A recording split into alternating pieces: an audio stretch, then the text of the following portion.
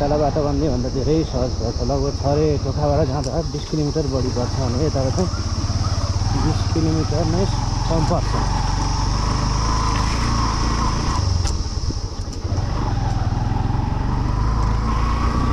मान्छेलाई पनि काम भइरहेको छ अहिले यता।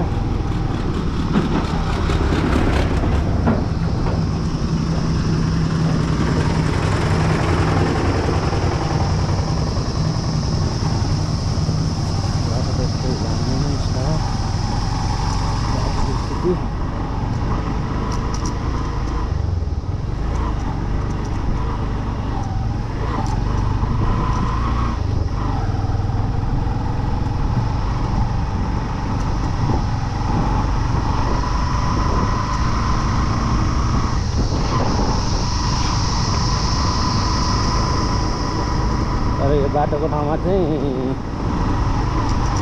बाटोको अलिकति अब हाइट उचालिँदै जाने कारणले गर्दाखेरि घरहरू पनि हुन्छ। यहाँ नै अझै सालबडी घटाउ चाहिँ हुन्छ, पानी पनि फेरि चान्स बढी हुन्छ। त्यो हुँदाखेरि चाहिँ घरमा पानी पर्दाखेरि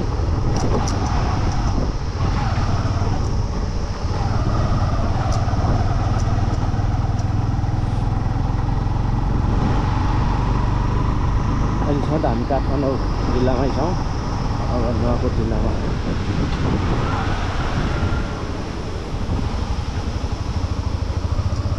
प्रवेश गर्न आएको।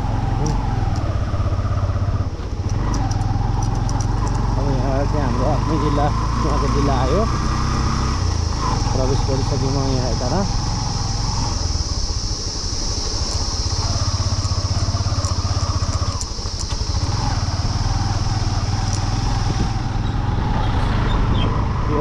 म यो बाटो बाइकमा नहिँडेको चाहिँ लगभग 8-9 महिनै भइसक्यो। अस्ति एक दिन बसमा आएको थिएँ, आने जाने बसमै गरेँ। लगभग म यही बाटो भनेर नहिँडेको त 8-9 महिनै भइसक्यो। म अहिले पनि महिनामा 1देखि 2 पल्ट चाहिँ म घर गइरहन्छु र उता छरे टोका आउँदै जान्छु। यो बाटोको अवस्थाले गर्दाखेरि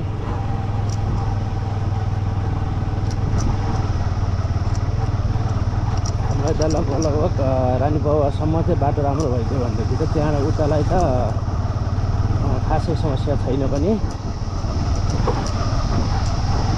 मुख्य भनेको यही एरिया हो। यहाँ चाहिँ पानी पर्दा एकदम हिलो बढी हुने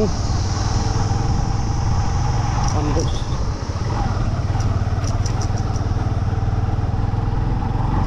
सम्म ठाउँ भएर बाटो एकदम बढी हिलो हुने चान्सेस रहेछ। अहिले पनि यहाँ देख्न सक्नुहुन्छ पुरै सेतामी धुलै धुलो छ सबै बालुवामा त। अब घामले सुकेपछि सेतामी फर्म जस्तो पर्ने अनि फेरि पानी पर्दैपछि यही चिप्लिने हुँदो रहेछ।